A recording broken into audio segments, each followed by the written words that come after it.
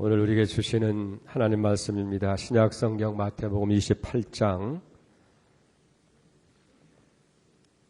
1절에서 10절까지 말씀, 신약성경 51쪽입니다. 마태복음 28장 1절 말씀부터 받들어 봉독해 올리도록 하겠습니다.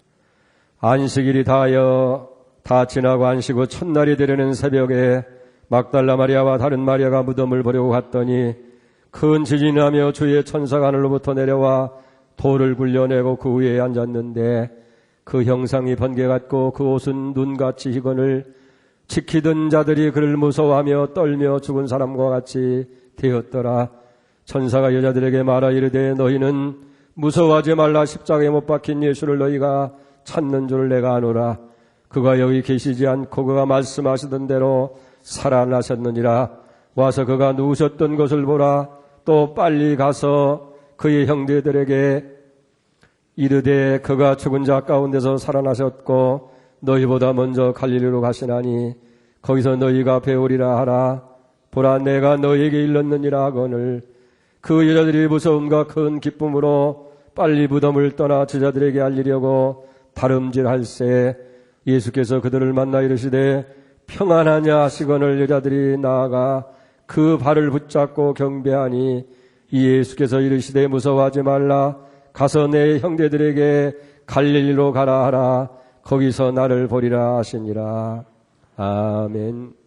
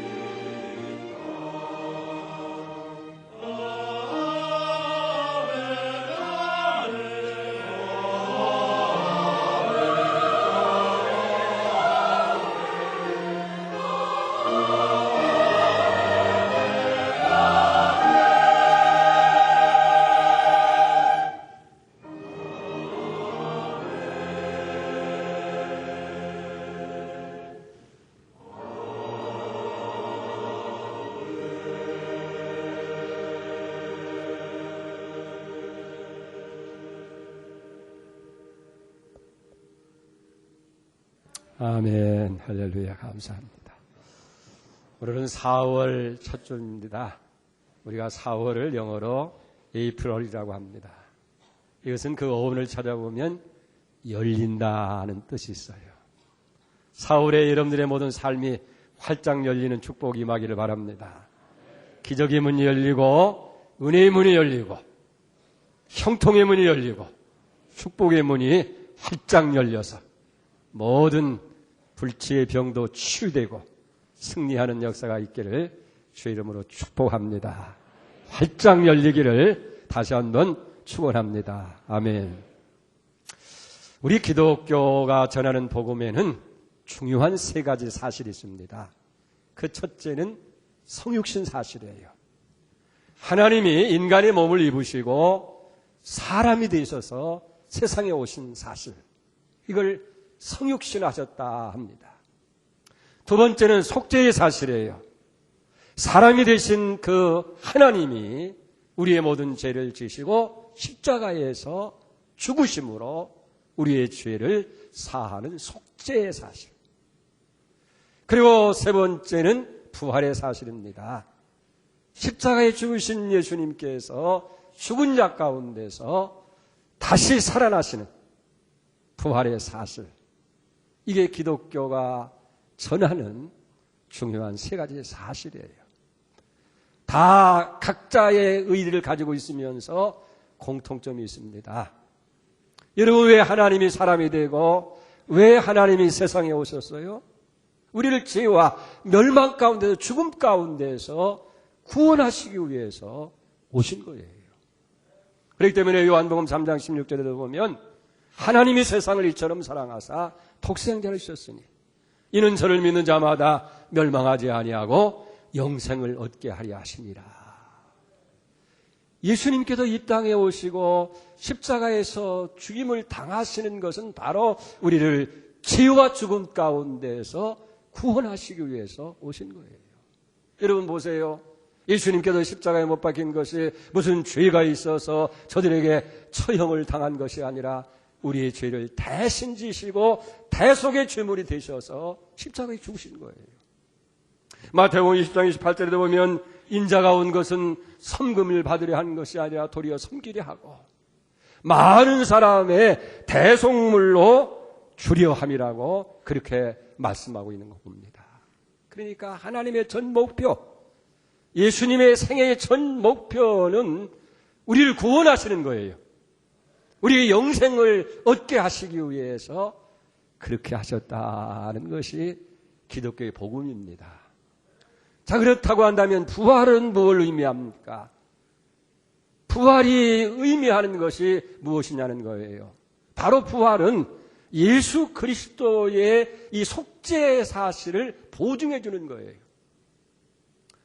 만약 예수님께서 십자가의 죽음으로 끝났다고 한다면 우리가 제사함 받고 구원받고 영생 얻었다는 것을 무엇으로 보증해 주고 확정해 줄 수 있겠느냐는 얘기예요. 예수님께서 십자가에서 죽고 죽음으로 끝났다고 한다면 속죄는 이루어졌을는지 모르겠어요. 그러나 인생이 죽음으로 끝나고 만다고 한다면 인생의 종국이라고 하는 것은 비참할 수밖에 없다는 얘기예요.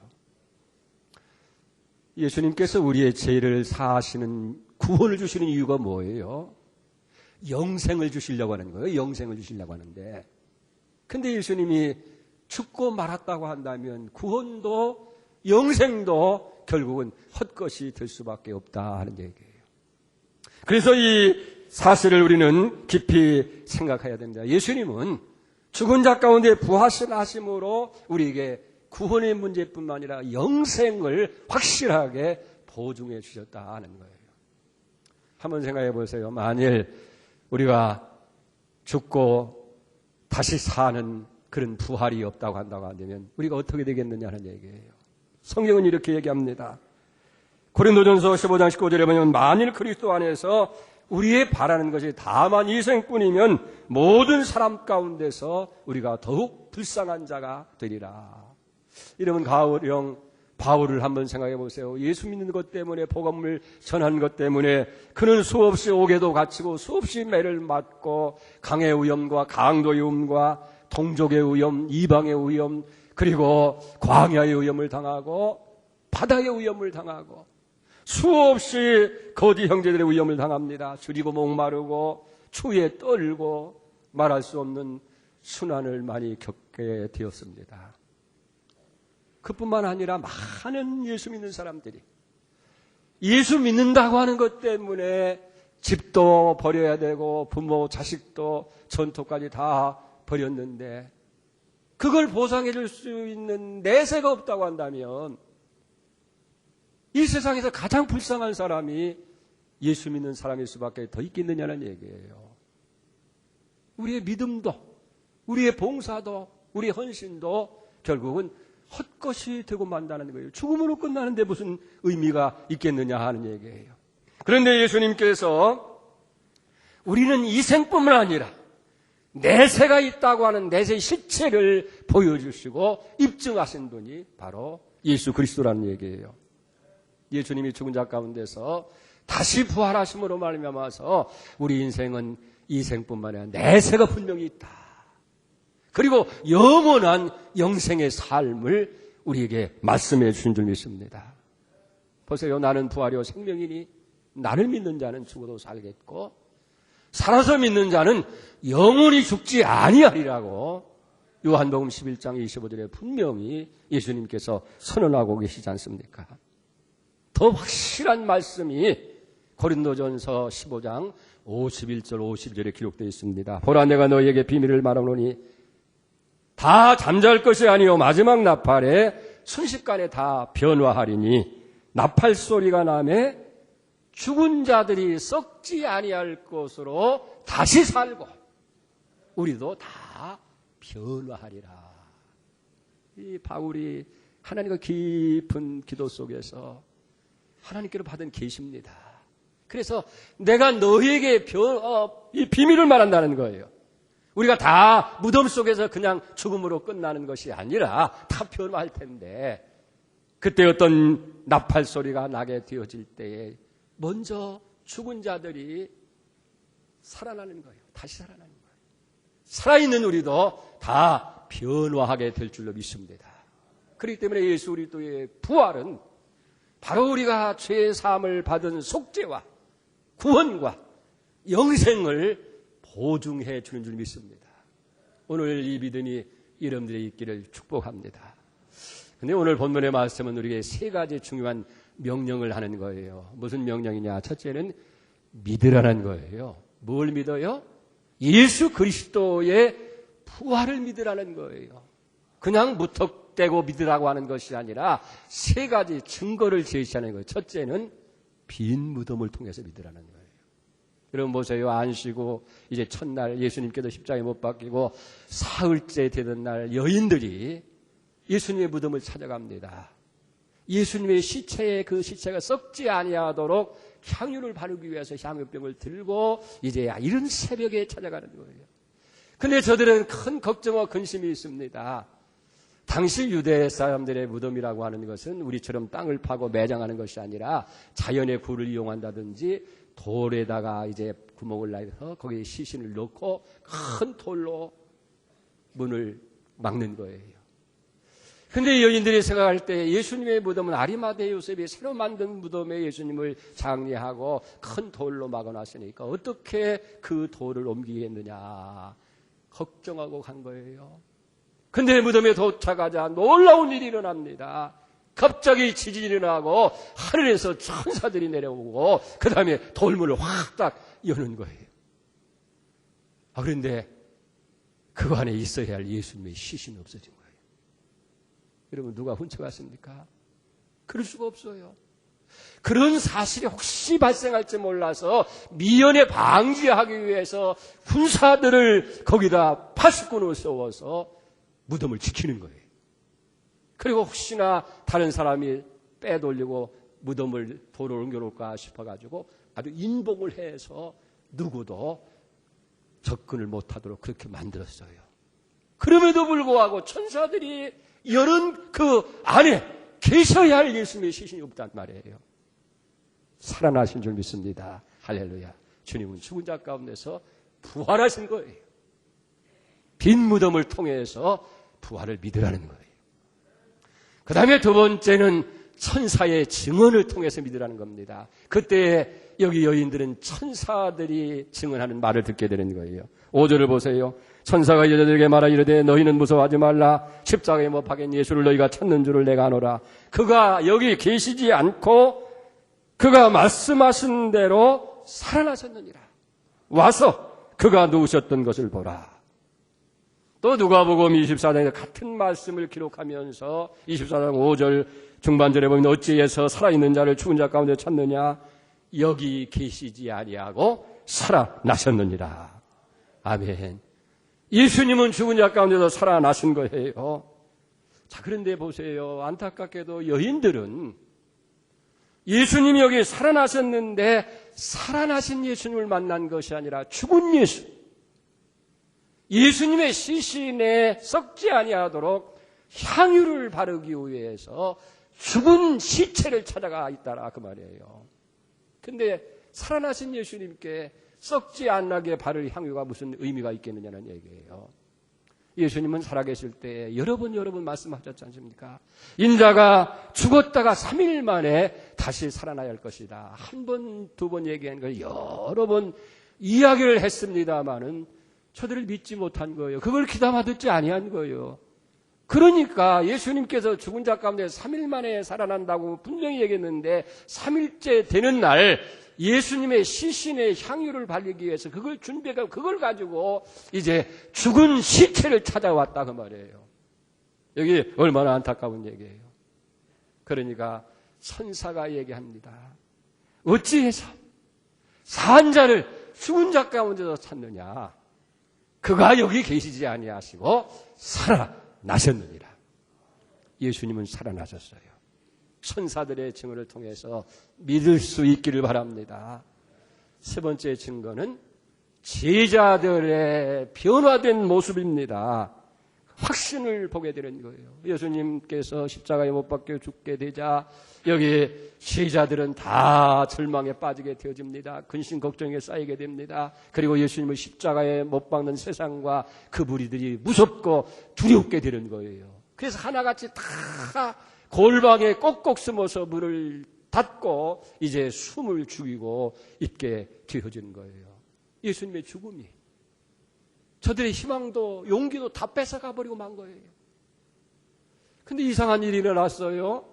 3일이 지나고 난부터 숨어 있어야 할 이 제자들이 문을 확장 열고 다 뛰쳐나왔는데 그 얼굴에는 기쁨이 넘칩니다. 두려워할 그들의 용기를 가지고 예수님 살아나신 걸 증거하고 있는 거예요. 어떻게 이렇게 바뀌어지고 변화될 수 있었어요?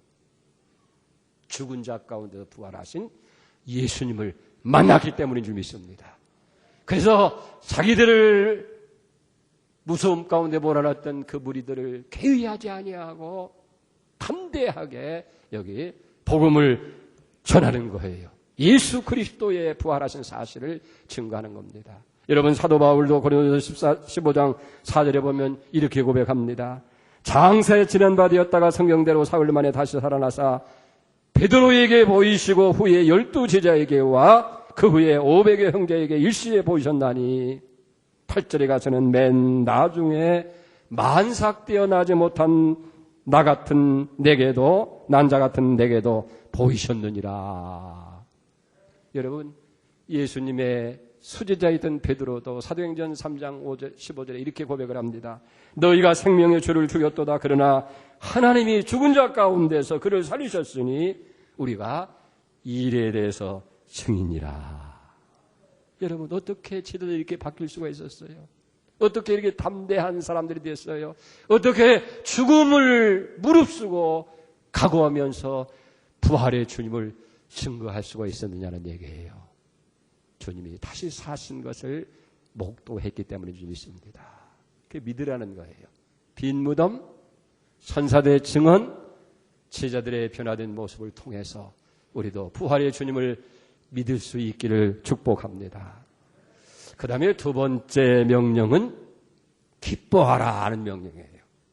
오늘 9절을 봅니다. 예수께서 그들을 만나 이르시되 평안하냐 하시거늘 여자들이 나아가 그 팔을 붙잡고 경배하니 예수님께서 부활하신 후에 첫 번째 이 여인들을 만나서 첫 번째 하신 말씀이 평안하뇨였어요. 근데 그 원문을 보면 이 평안하뇨라고 하는 말은 기뻐하라 하는 그런 의미를 갖게 되어집니다. 이게 부활하신 주님을 만난 사람은 기뻐하는 거 당연한 일이에요. 왜 저들이 슬퍼했습니까? 왜 저들이 근심 중에 있었습니까? 왜 저들이 절망 중에 있었어요? 예수님이 죽으셨기 때문에. 사랑하는 예수님께서 그렇게 자기들의 희망이 되어지고 자기들의 기대가 되어졌던 예수님께서 죽었으니까 저들이 절망하고 슬퍼하고 근심 중에 있는 거예요. 그런데 이제 죽은 예수님이 살아났는데 여러분 슬퍼할 이유가 어디 있겠느냐는 얘기예요. 가령 우리 가족이나 가까운 사랑하는 사람들이 우리 곁을 떠났을 때 죽었을 때 하나같이 슬퍼하지 않습니까? 그런데 죽은 분이 살았단 말이에요. 살아나셨단 말이에요. 그런데도 그 모습을 보면서 계속해서 아이고 슬프다, 아이고 괴롭다 근심하고 있으면 얼마나 어리석은 거예요. 다시 살아났으니까 슬픔은 사라지게 되고 기쁨으로 여러분 찬양을 해야 마땅한 줄 믿습니다. 그렇기 때문에 부활의 주님을 만난 사람들은 기뻐하라는 거예요. 오늘 이 기쁨이 여러분들이 있기를 주의 이름으로 축원을 드립니다. 왜? 예수의 부활은 앞으로 있을 모든 신자들의 부활의 첫 열매가 되어지는 거예요. 그러나 이제 그리스도께서 죽은 자 가운데 다시 살아나심으로 죽은 자들의 첫 열매가 되셨다라고 하잖아요. 그리고 온 인류에게 영원한 영생이 시작됐다고 하는 것을 선포하는 사실인 줄 믿습니다. 기뻐할 수 있기를 바랍니다. 마지막 세 번째는 전파하라 하는 거예요. 예수님의 부활의 사실을 믿고 또 확신하는 사람들이 행해야 할 첫 번째 의무는 뭡니까? 예수 그리스도께서 죽은 자 가운데서 살아나셨다고 하는 사실을 아직도 모르는 사람들에게 가서 전해주는 거예요. 알리는 거예요. 전파하는 것이라는 거예요. 그래서 오늘 6절 상반절에 보면 그가 계시지 않고 그가 말씀하신 대로 살아나셨느니라. 7절에 보면 또 빨리 가서 그 제자들에게 이르되 그가 죽은 자 가운데서 살아나사 너희보다 먼저 갈릴리로 가시나니 거기서 너희가 배우리라 하라. 보라 내가 너희에게 일렀느니라. 아멘. 빨리 가서 아직도 모르고 있는 제자들이 가서 알려주라는 거예요. 누가복음 24장 34절에도 보면 예수님께서 십자가에 죽자 충격을 받고 실망한 제자들이 예루살렘에서 엠마오로 내려갑니다. 가는 도중에 부활의 주님을 만나잖아요. 그러니까 가던 걸음을 멈추고 돌아서서 그 밤중에 예루살렘을 보러 와서 제자들에게 길에서 되어진 일과 그리고 예수님께서 떡을 떼어줄 때 자기들의 눈이 밝아져서 부활의 주님을 알아보았다는 사실을 11 제자들에게 다 알리게 되어지는 거예요. 그렇습니다. 부활의 주님을 만난 사람들이 해야 할 가장 중요한 일들은 부활의 사실을 전하라고 말이에요. 전파라는 얘기예요. 예수 다시 사셨다. 예수님이 죽음의 권세를 이기시고 부활하셨다. 예수의 부활은 우리의 부활이다. 예수님이 부활함으로 말미암아서 우리가 영원한 영생을 보증해 주셨다. 우리는 죽어도 영원히 산다. 아멘. 근데 이게 다른 사람의 얘기 같이 하나가 동의하지 않는 것 같아요. 이게 내 말이 아니에요. 그렇잖아요. 빈 무덤. 천사들의 층은 살아나셨다. 제자들이 이렇게 변화된 모습을 보면서 여러분 그리고 기록된 성경 말씀을 통해서 예수의 부활을 믿으라는 거예요. 믿었으면 우리도 기쁨 속에 있어야 되고 우리는 죽어도 다시 사는 거예요. 그래서 바울은 이 로마서 15장을 통해서 부활에 대해서 확실하게 우리에게 알려주기 위해서 이걸 기록하는 거예요.